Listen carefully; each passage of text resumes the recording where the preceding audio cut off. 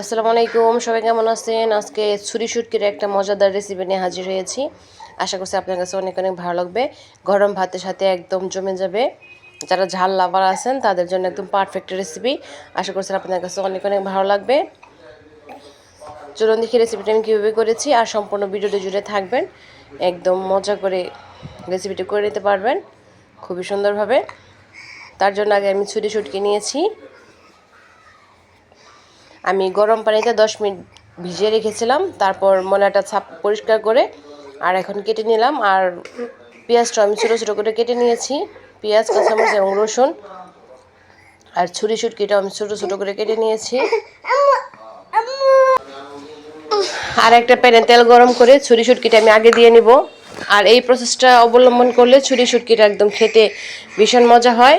শুটকির একটা গন্ধ সেটা চলে যায় এবং শুটকিটা পরে মানে ভাতের সাথে খেতে অনেক মজা লাগে। প্রত্যেক বাইটে বাইটে যখন শুটকিটা কেমন লাগে তখন খেতে ভীষণ মজা হয় এভাবে ভেজে নিলে। আর শুটকির যে এক্সট্রা একটা গন্ধ থাকে সেটাও চলে যায়। তার জন্য একটু ভেজে নেওয়ার চেষ্টা করবেন আগে। তারপর আমি পেঁয়াজ এবং কাঁচামরিচ এবং রসুনটাও দিয়ে নিলাম। এটাও আমি সুন্দরভাবে ভেজে নিব। যতক্ষণ না বাদামি বর্ণ ধারণ করে ততক্ষণ আমি এটা সুন্দরভাবে ভেজে নিব, বারবার নাড়াচাড়া দিয়ে। এই স্টেপগুলো ফলো করলে শুটকির স্বাদের লেভেলটা একদম অন্যরকম হয়ে যায়।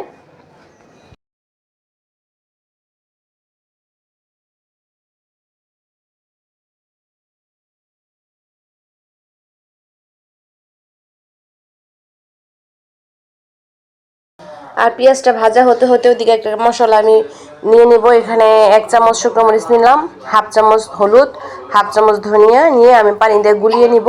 তাহলে মশলাটা সুন্দরভাবে কষে যাবে, কষানোটা ভালো হবে।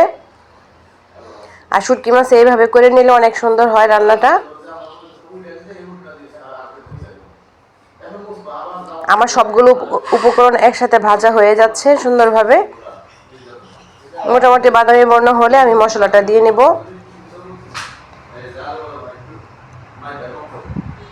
স্বাদ মতো লবণটাও দিয়ে নিলাম। এর একটু সময় নিয়ে ভাজতে হবে।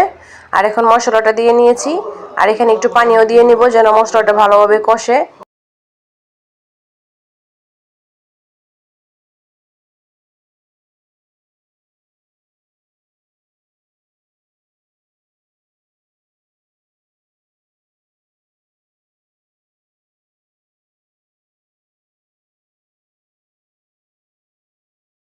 আর এইভাবে আমি পানিটা সুন্দরভাবে শুকিয়ে নিব।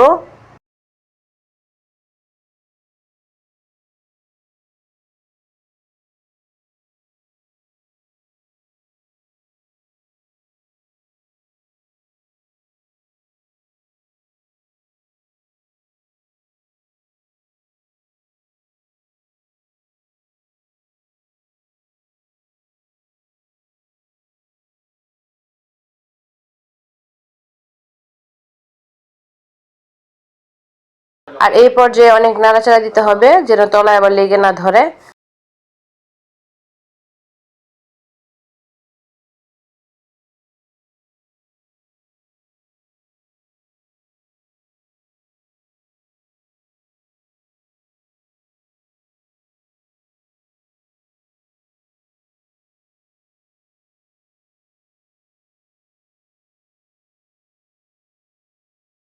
এটা আমার আরো আরো কুক করতে হবে।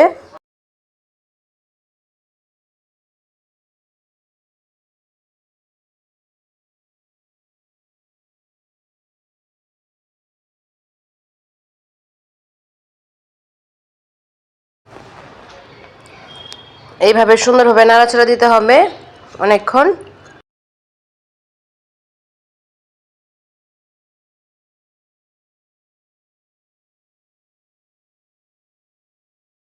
এটা যত বেশি নাড়াচাড়া দিবেন এবং তলা থেকে উঠিয়ে উঠিয়ে নেবেন ততই মজা লাগবে।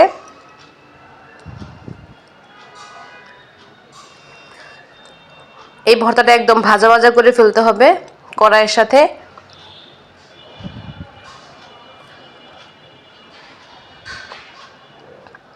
আর নিচে যেটা লেগেছিল সেটা আমি তুলে নিচ্ছি, তাহলে ভর্তাটা খেতে অনেক মজা হয়।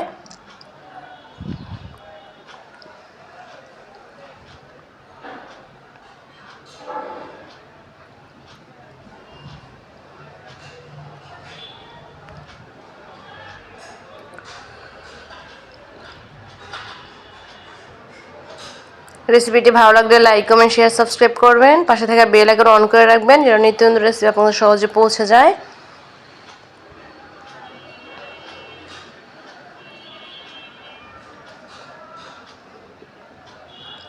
দেখতে পাচ্ছেন আমার তলায় অনেক লেগে ধরেছে, আমি সবগুলো তুলে ফেলবো এখন। এই পর্যায়ে আসলে বুঝবেন যে ভর্তাটা হয়ে গিয়েছে, তলা থেকে এভাবে তুলে তুলে নেবেন আর তলা থেকে এগুলো সব তুলে একদম মিশিয়ে ফেলবেন, তাহলে ভর্তাটা খেতে একদম মজা হবে।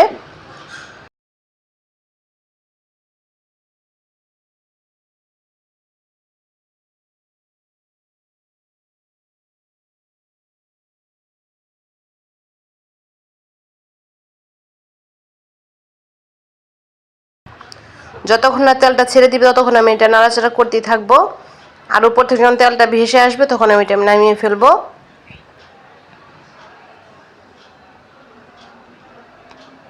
দেখতেই পাচ্ছেন অনেকটা তেল ছেড়ে দিচ্ছে, এই পর্যায়ে বুঝবেন যে হয়ে গিয়েছে। আর কালারটা অনেকটা চেঞ্জ হয়ে গিয়েছে, একদম ভাজা ভাজা ভর্তাটা। এভাবে করলে খুবই মজা হয়।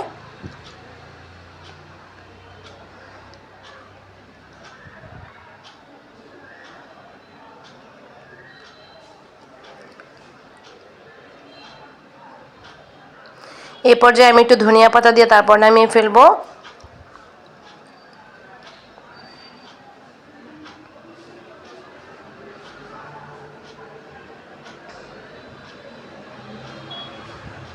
কালারটা অনেকটা চেঞ্জ হয়ে গিয়েছে, এই পর্যায়ে আমি নামিয়ে ফেলবো।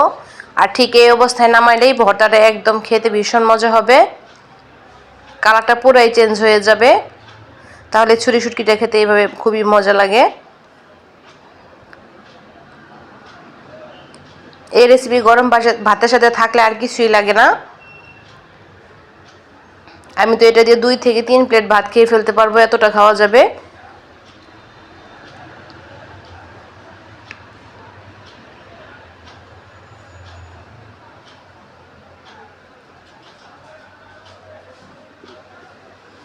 দেখতেই পাচ্ছেন কতটা লোভনীয় মনে হচ্ছে।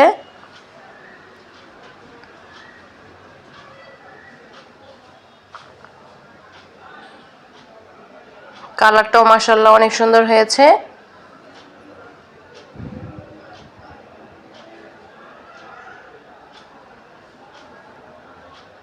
শীতের সকালে পারফেক্ট একটা রেসিপি।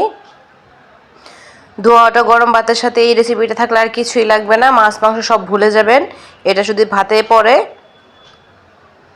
আজ এই পর্যন্ত, সবাই ভালো থাকবেন, দেখা হবে নেক্সট কোনো রেসিপির সাথে। আসসালামু আলাইকুম ওয়া রাহমাতুল্লাহি ওয়া বারাকাতুহু। আল্লাহ হাফেজ, টেক কেয়ার এভরিবডি।